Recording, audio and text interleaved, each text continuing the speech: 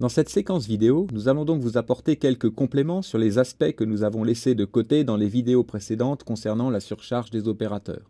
Et nous vous donnerons aussi quelques conseils pratiques. Mais laissez-moi commencer par vous rappeler comment vous pouvez aborder en pratique cette surcharge des opérateurs en fonction de votre niveau de programmation. La surcharge des opérateurs est en effet un sujet assez difficile, car technique, au cœur du langage, et il n'est pas forcément utile. Donc dans un premier temps, vous pouvez évidemment vous contenter de ne pas faire des surcharges d'opérateurs, comme nous faisions jusqu'à maintenant. Mais c'est quand même un sujet assez utile en pratique. On espère vous en avoir convaincu dans les vidéos qui précèdent, et donc nous vous recommandons bien sûr de l'aborder. Le premier niveau auquel vous pouvez surcharger, c'est donc d'apporter des opérations simples aux classes auxquelles vous voulez apporter ces opérations, comme une addition, une multiplication, sans entrer dans les détails et sans considérer les opérateurs d'auto-affectation, comme par exemple plus égal, moins égal. À ce premier niveau, vous pouvez également surcharger l'opérateur d'affichage, afin donc d'afficher plus naturellement les objets des classes que vous avez créées.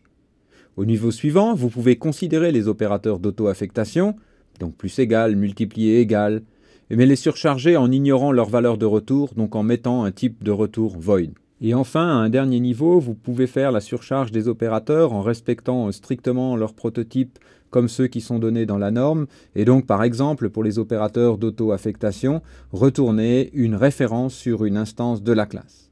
Voilà donc pour ces 3 niveaux de surcharge, 4 si l'on inclut aussi le fait de ne pas surcharger, que nous vous proposons en pratique donc pour la surcharge des opérateurs. Regardons un petit peu quelques exemples en détail au dernier niveau du transparent précédent. Nous avons déjà vu dans les séquences vidéo qui précèdent l'opérateur d'auto-affectation plus égal, qui permet donc d'écrire des expressions du genre P plus égale Q. Nous avions vu aussi en surcharge externe l'addition, qui permet donc de faire des expressions du genre R égale P plus Q, donc c'est ici l'opérateur d'addition.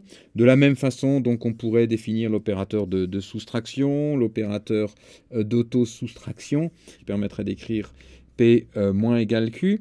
En considérant la soustraction, on a aussi le signe. Ce n'est pas la soustraction ici, mais c'est l'opposé. Donc si par exemple j'écris R égale moins P, à ce moment-là, c'est aussi un opérateur moins qui sera surchargé en interne et qui ne prend pas ici d'argument. Il n'y a pas de second argument à cet opérateur. C'est ce qu'on appelle un opérateur unaire. Nous avions aussi vu donc l'opérateur d'affichage qui permet donc d'afficher les instances de nos classes comme on affiche un double ou un int. Nous avions aussi vu donc en multiplication externe ici la multiplication à gauche par un élément d'une autre classe. Donc par exemple ici donc P et Q sont des éléments de notre classe, donc par exemple des nombres complexes, mais X ici est un élément qui est d'une autre classe ou d'un type de base. Donc par exemple on avait pris un double. On pourrait aussi, par exemple, avoir en interne la multiplication, donc justement par un de ces autres types. On pourrait ici, par exemple, pour un nombre complexe P, faire P multiplié égale X, où X est un double. D'autres exemples encore, on pourrait écrire l'opérateur égal égal pour, par exemple, faire P égale Q. Donc dans ce cas-là, faites attention aussi à penser à surcharger l'opérateur not égal, qui est intimement lié à l'opérateur égal égal en définissant l'un à partir de l'autre. On pourrait aussi faire des opérateurs de comparaison, donc par exemple pour faire P inférieur à Q. Là aussi, pensez à ce moment-là à faire les opérateurs inférieurs ou égal, et si ça a un sens, les opérateurs supérieurs et supérieurs ou égal, en définissant l'un de ces 4 et en écrivant les 3 autres à partir de l'un de ces 4 pour garantir l'intégrité sémantique, c'est-à-dire le fait qu'ils se comportent correctement tous ensemble. Voilà donc différents exemples, encore l'opérateur d'auto-incrément, ici, plus P, comme ceci avec cette écriture. Dans la suite, nous allons tour à tour nous intéresser à pourquoi avoir mis un const au type de retour de l'addition, pourquoi ce type de retour pour l'opérateur d'affichage, quel type de retour pour l'opérateur d'auto-affectation, par exemple, plus égal, pourquoi ici une référence sur une instance de classe. Et puis nous terminerons par quelques conseils pratiques et reviendrons sur l'opérateur d'affectation égal. Commençons donc par le type de retour de, par exemple, l'opérateur d'addition. Pourquoi avoir mis un const comme type de retour de cet opérateur qui, je vous rappelle, nous permet d'écrire des expressions du genre Z3 égale Z1 plus Z2. Donc le type de retour ici, clairement, est un nombre complexe. Mais pourquoi avoir mis const? Ben, simplement pour ne pas permettre des expressions du genre z1 plus z2, qui est bien effectivement ici l'équivalent de opérateur plus, de l'appel opérateur plus z1, z2. Donc c'est bien le type de retour de cet opérateur. Et puis ensuite, on pourrait imaginer, donc réécrire comme ça, incrémenter cette valeur de retour. Qu'est-ce que ça aurait comme sens de faire ceci? Qu'est-ce que ça aurait comme sens d'incrémenter l'addition de Z1, Z2? Le résultat de l'addition de Z1, Z2, c'est un résultat, c'est une constante, on ne peut pas l'incrémenter. Et donc, pour empêcher justement ce genre d'écriture, on va mettre le type const, pour aussi empêcher donc ce genre d'écriture de l'écrire donc du côté gauche d'une expression égale. Donc par exemple z1 plus z2 qui serait sans const un nombre complexe qu'on pourrait mettre ici donc du côté gauche d'un signe égal. Là aussi ce genre d'expression n'a absolument aucun sens. Donc pour empêcher le fait de le mettre ici de ce côté-là d'un signe égal, on va donc définir ce type de retour comme étant un const complexe, c'est-à-dire un complexe que l'on ne peut pas modifier. Le résultat d'une addition, c'est ce nombre complexe. On ne peut pas modifier le résultat d'une addition. Deuxième point, pourquoi l'opérateur d'affichage retourne-t-il donc un ostream et? Regardons par exemple un affichage tout à fait standard, par exemple pour un complexe Z1 qu'on pourrait écrire comme ça, cout inférieur Z1 inférieur Endel. Si l'on regarde ceci, on voit que cette expression, disons appelons-la A, cette ligne est donc du genre A inférieur Endel. C'est donc bien ici un appel à opérateur d'affichage, opérateur inférieur de A et Endel. C'est-à-dire, si je réécris A pour ce qu'il est, c'est-à-dire cout inférieur, l'expression cout inférieur Z1 inférieur Endel est équivalente à opérateur inférieur. Premier argument, le résultat donc de cout inférieur Z1, et deuxième argument, le Endel. Mais ceci, cout inférieur Z1, est lui-même l'appel de opérateur d'affichage cout et Z1. Donc, cout inférieur Z1 Endel est équivalent en fait à l'appel opérateur d'affichage de opérateur d'affichage sur cout et Z1 et ensuite Endel, où l'on voit que la valeur de retour de l'appel opérateur inférieur cout Z1 est passée comme premier argument d'un opérateur inférieur. Et donc, cette expression doit être ici de même type que le premier argument de l'opérateur inférieur. Et donc toute cette expression doit être de type ostream A. Voilà pourquoi la valeur de retour de opérateur d'affichage doit être ostream A pour pouvoir comme ça le remettre dans un deuxième appel, voire un troisième appel. Si vous aviez écrit void comme type de retour, il ne faut jamais faire ça parce que si vous aviez écrit void comme type de retour, vous ne pourriez pas écrire des expressions du genre cout inférieur Z1 inférieur Endel. Ce second inférieur ici ne pourrait pas avoir lieu puisque vous auriez une première expression ici qui retournerait un void et donc vous auriez quelque chose de type void suivi de inférieur Endel, ce qui n'a absolument aucun sens. C'est donc bien pour pouvoir enchaîner ainsi les appels à l'opérateur d'affichage que cet opérateur a besoin de retourner un type qui est compatible avec son premier argument, c'est-à-dire un flow dans lequel on peut écrire un ostream passé par référence, un ostream et. Troisième complément, quel type de retour pour les opérateurs d'auto-affectation, comme par exemple l'opérateur plus égal. Si j'écris quelque chose du genre Z1 plus égale Z2, je vous rappelle que c'est équivalent à l'appel Z1 point opérateur plus égal, surcharge interne, de Z2. Et on voit donc ici que cet appel est autonome, il n'y a pas d'expression devant, on n'a pas écrit quelque chose du genre Z égale Z1.opérateur plus de Z2. Et donc justement, puisque l'on n'a pas écrit ceci, c'est pour ça qu'au premier niveau de surcharge, on vous conseille comme type de retour de mettre simplement void, ce qui correspond au premier niveau de surcharge dont nous parlions dans l'introduction. Mais il faut savoir qu'en C++, toute expression fait quelque chose et toute expression vaut quelque chose. Par exemple, si j'ai une expression, je peux tout à fait écrire x égale cette expression.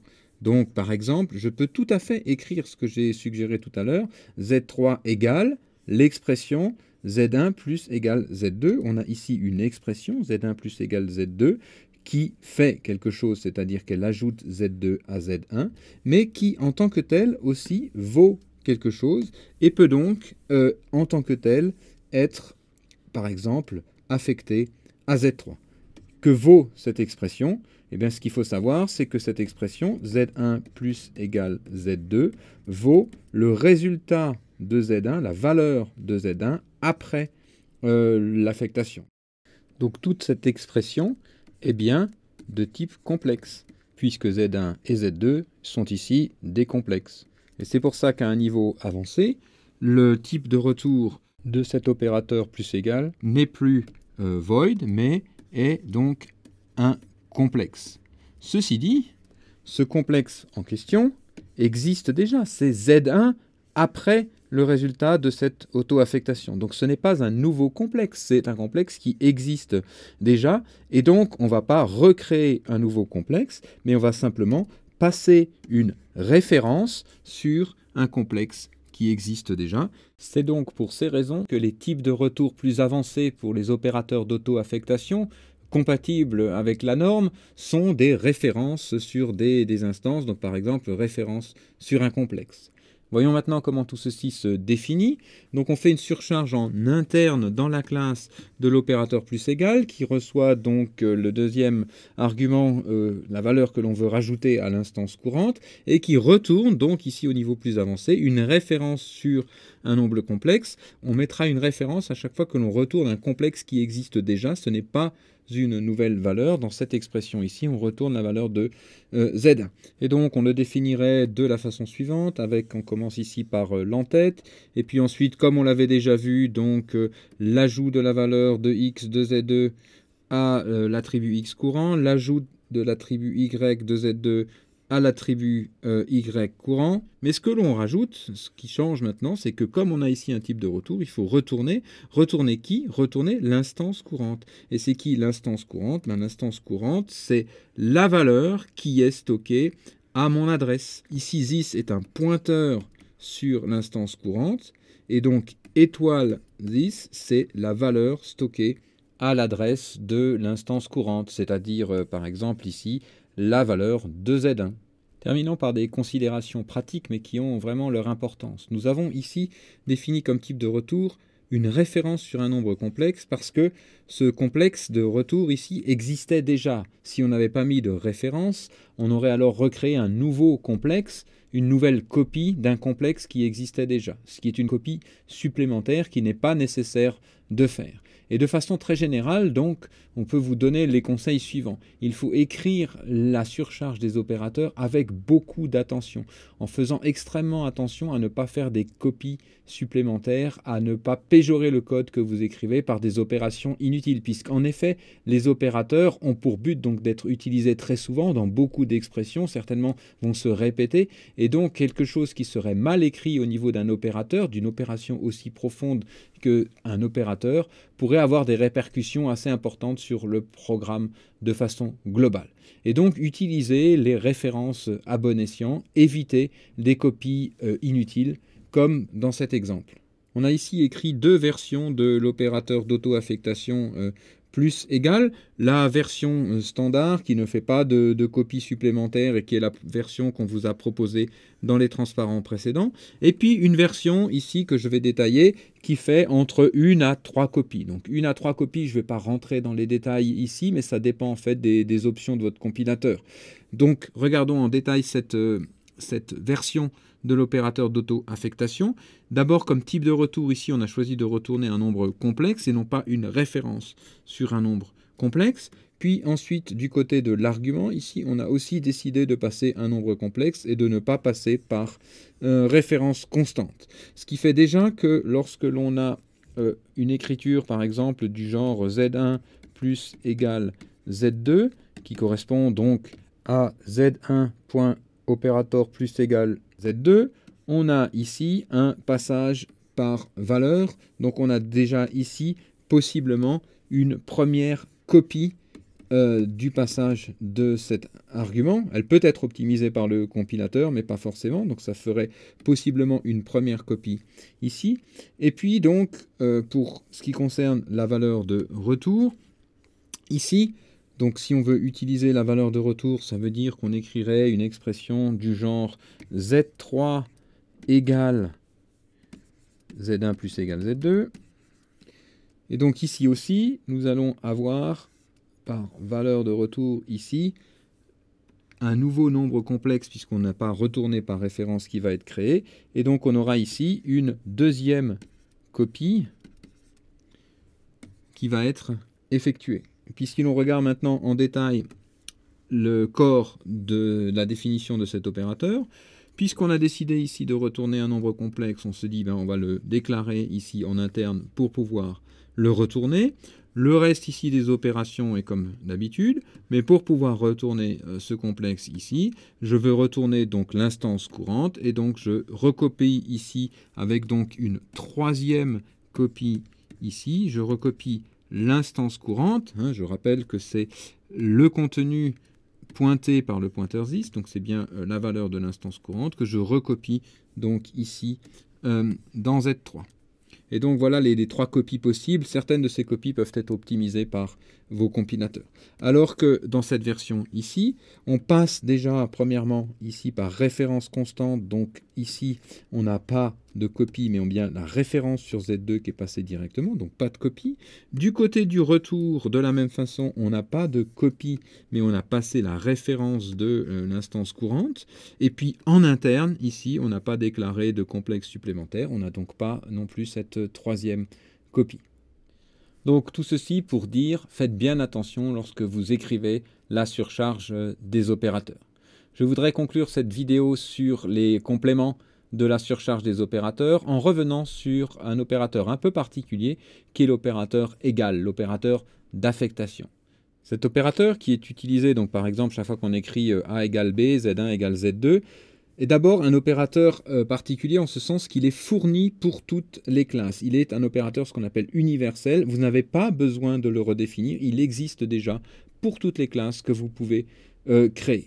Comme nous l'avions déjà dit dans les vidéos sur la construction de copies et sur la destruction, la redéfinition possible, si vous avez besoin de cet opérateur, est intimement liée à la redéfinition du constructeur de copie. La différence entre la construction de copie et l'affectation, c'est que la construction de copie est une construction, elle a lieu lors d'une initialisation, alors que l'affectation opère sur des instances qui existent déjà. Comme pour le constructeur de copie et comme pour le destructeur, la version par défaut fait une copie de surface. On reviendra sur la notion de copie de surface et de copie profonde dans les prochaines semaines, mais cette copie de surface est suffisante dans la très très grande majorité des cas. Donc dans la très grande majorité des cas, vous n'aurez pas besoin de redéfinir cet opérateur d'affectation. Par contre, il peut être parfois nécessaire de carrément le supprimer, cet opérateur d'affectation. Supposons que l'on ait par exemple une énorme classe, c'est-à-dire une classe où si l'on crée une instance, cette instance utilise beaucoup de place en mémoire. On ne voudrait absolument pas que l'on puisse copier les instances de cette classe. Une instance de cette classe nous suffit largement et on veut donc absolument éviter d'avoir comme ça des copies. Donc pour ça, on va supprimer l'opérateur d'affectation qui s'appelle donc opérateur égal en écrivant une syntaxe qu'on avait déjà rencontrée pour supprimer le constructeur de copie qui est en rajoutant derrière son prototype ici comme ça dans la classe, c'est une surcharge interne, en rajoutant ici égal delete, ça va empêcher de faire comme cela des affectations entre instances de cette énorme classe. J'en profite également pour vous montrer le prototype de cet opérateur d'affectation qui s'appelle bien sûr opérateur égal, qui donc est appelé quand on a des expressions de type A égale B, c'est-à-dire que l'appel équivalent c'est A.operator égale, surcharge interne, on ne peut pas faire de surcharge externe de l'opérateur d'affectation, A.operator égale B. Donc on prend ici quelque chose qui est de même type que A, donc forcément ici on va avoir la même classe que la classe dans laquelle on est en train de surcharger cet opérateur. Pour éviter une copie, on va le passer par référence constante. Et comme on a le droit en C++ d'écrire des choses du genre A égale B égale C, sous-entendu A égale le résultat de B égale C, c'est-à-dire que cette expression B égale C a également une valeur de retour qui est la valeur de B après affectation, c'est-à-dire la valeur de C, et donc qui est de même type, exactement comme le plus égal, moins égal, de même type que la classe dans laquelle on est en train de surcharger cet opérateur. Et toujours pour les mêmes raisons, on va faire ce retour par référence pour éviter des copies supplémentaires. Enfin, on a dit qu'il n'était pas nécessaire de redéfinir cet opérateur. Dans la très grande majorité des cas, celui qui est fourni par défaut vous suffira. Mais si jamais vous deviez redéfinir cet opérateur, alors en C++ 2011, nous vous conseillons de suivre le schéma suivant, d'utiliser ce qu'on appelle la fonction swap. Donc la fonction swap permet d'échanger deux arguments. Donc swap AB va échanger les valeurs entre A et B, c'est-à-dire que la valeur de B va se retrouver dans A et la valeur de A va se retrouver dans B. Et donc cette fonction swap, vous la redéfiniriez vous-même pour votre classe. Donc si par exemple dans votre classe, vous avez les attributs X et Y de type donc XY, alors vous feriez quelque chose comme ceci. La fonction swap ne renvoie rien. Elle prend donc deux instances de votre classe, mais comme elle doit les modifier pour les échanger, elle va bien sûr les prendre par référence. Et donc, par exemple, utiliser la fonction swap fournie par la bibliothèque utility, donc faire un --include utility au début de son programme pour utiliser donc cette fonction swap pour échanger donc les attributs X des instances A et B,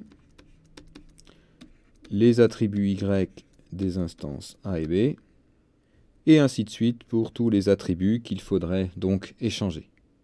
Et le schéma donc pour la redéfinition de l'opérateur d'affectation que nous vous conseillons est, et donc avec ici une petite différence pour des raisons d'optimisation en C++ 2011 qui dépasse le cadre de ce cours, mais qui permet au compilateur soit d'éviter de faire des copies, soit même d'utiliser ce qu'on appelle le déplacement. Mais ça nous emmènerait un petit peu trop loin, donc ça c'est vraiment une raison d'optimisation encore plus avancée. Donc ici on a bien effectivement un passage par valeur, et donc d'utiliser cette fonction swap qui va échanger le contenu de l'instance courante avec le contenu de cette variable ici qui est le paramètre de l'opérateur d'affectation qu'on est en train de redéfinir. Donc ici, ça va bien si j'écris A égale B. Ici, ça va bien être un swap entre guillemets A, qui est l'instance courante. Ça, c'est bien A.opérateur égale B. Donc, ici, étoile 10 qui jouerait le rôle de A, et puis donc source qui serait ici une copie ou alors un déplacement de B, et donc on échange les deux valeurs, ce qui fait qu'on a bien effectivement bien la valeur de B qui est mise dans A, et attention ici, donc cet échange se fait avec la copie locale source, donc c'est pas du tout la valeur de A qui est mise dans B, mais la valeur de A est mise dans source, c'est-à-dire ce dans quoi on a copié B, donc il n'y a aucun risque ici de pollution de B. Et enfin, toujours pour les mêmes raisons que pour l'opérateur plus égal, on retourne ici la référence sur l'instance courante, puisqu'on peut tout à fait écrire des expressions du genre C égale A égale B. Voilà, tout ceci qui conclut cette dernière séquence vidéo, certainement un peu technique et avancée, sur tous les compléments que nous voulions vous apporter concernant ce sujet assez pointu de la surcharge des opérateurs.